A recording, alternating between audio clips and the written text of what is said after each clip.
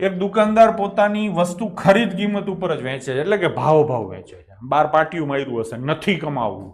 દુકાનની બહાર પાટિયું માર્યું હશે, નથી કમાવવું, એમ ભાવ વેચવું છે. પણ શું કરે છે?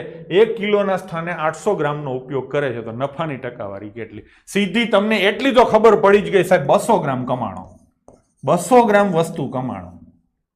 આ 200 ગ્રામનો નફો કેના ઉપર? એક વસ્તુ ક્યાંક લખી નાખજો ઘરની દિવાલ ઉપર કે દુકાનમાંથી જે માલ જાય ને એના ઉપર જ નફો ગણાય. ઘણીવાર ફ્રી આપવામાં આવે, હા તે એક ફ્રી, તો દુકાનમાંથી વસ્તુ ગઈ કહેવાય 8. દુકાનમાંથી જે માલ જાય ને એના ઉપર જ નફો નુકસાન ગણાય. અહીંયા દુકાનમાંથી માલ તો 800 ગ્રામ જ ગયો છે, ભલે કીધું તમને કિલોનું, તો આ 200 ગ્રામનો નફો છે એ 800 ગ્રામ ઉપર થયો. તમારે શોધવાના છે ટકા, એટલે ગુણ્યા આવશે 100. આમે ખબર પડી જાય ચોથા ભાગનો નફો થયો. ચોથો ભાગ એટલે બહાદુર બાળકો 25% થશે. ચલો એના પછીનો ક્વેશ્ચન. 50,000 ની વસ્તુમાં 10% નફો અને લાખની વસ્તુમાં 4% ખોટ છે, તો ઓવરઓલ શું થાય? મોઢે થાય. 50,000 ની વસ્તુમાં 10% નફો એટલે 5,000 રૂપિયા કમાણા. લાખ રૂપિયાની વસ્તુમાં 4% ખોટ એટલે 4,000 રૂપિયાની નુકસાની થઈ. બેયને ભેગું કરું તો બાળકો મને 1,000 રૂપિયાનો નફો થયો. આ 1,000 રૂપિયાનો નફો 1.5 લાખનો વેપાર કર્યો ત્યારે થયો, તો 1.5 લાખ ઉપર, આ નીચેના ઉપર. ટકા શોધવા એટલે ગુણ્યા આવે 100. થાય કે નહીં? હવે જોજો હો, આ 4 ગયા, આ 2 ને 2 આ 4 ગયા. 10 ભાગ્યા 15, 5 ઉડે તો આ 2 આવે ને 5 ઉડે તો આ 3 આવે. 2/3 ની કિંમત 0.67 થાય. આવું એક દૂધ પીતો કટ્ટર બીકે એને મોઢે કહી દઈએ, બરાબર છે? તો જવાબ શું આવશે? 0.67% નફો થશે. ઓલા જાણીતા આંકડાઓ ખબર છે ને, હું રાડું નાખતો જાણીતા આંકડા, પોઈન્ટમાં જવાબ આવે એટલે જાણીતા જ આંકડા આવે. એમાં ક્યાંય મેં પોઈન્ટ 87 જાણીતો નથી કરાવ્યો, પોઈન્ટ 7 ક્યાંય જાણીતો નથી કરાવ્યો, એટલે સીધો તમે પોઈન્ટ 67 કાંઈ ન સમજાય તો લઈ શકો છો.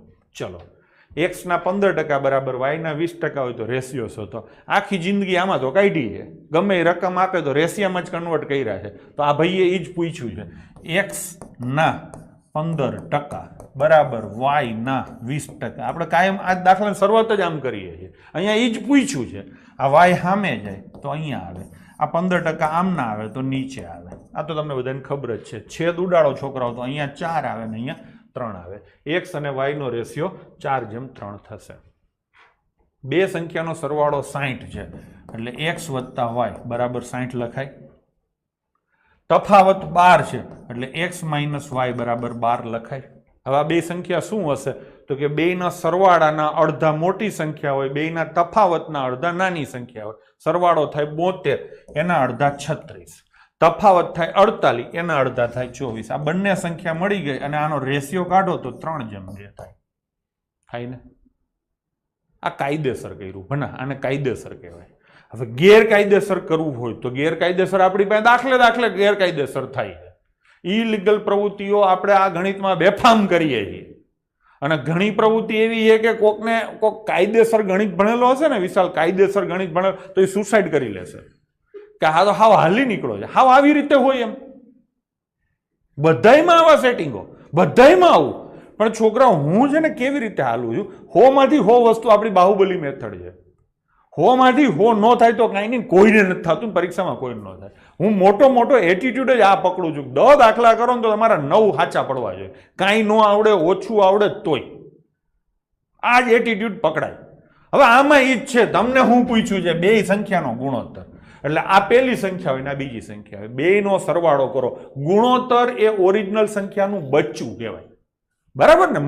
તો આ 3 અને 2 કેટલા થાય? 5. 5 ના મલ્ટિપલમાં 60 થાય, એટલે આ આવે. 3 અને 4 7, કોઈ દી નો થાય. આને ઝૂમ કરો અને બેયનો સરવાળો કરો તો કોઈ દી 60 નો થાય, એટલે નો આવે. 3 ને 4 7, 5 ને 3 8 અને 4 ને 3 7 એકેય નો આવે. હું એમ નથી કહેતો કે મેં તમને જોરદાર શીખવાડ્યું ફલાણું ઢીકણું. વાત એ છે કે તમે આ રીતે કરી શકો છો, દાખલો આ રીતે થાય છે. મહત્વની વસ્તુ છે તમે કયો એટીટ્યુડ ધારણ કરો છો એ, બરાબર ને? આમ અને ખરેખર આવું થશે, જોજો તમે.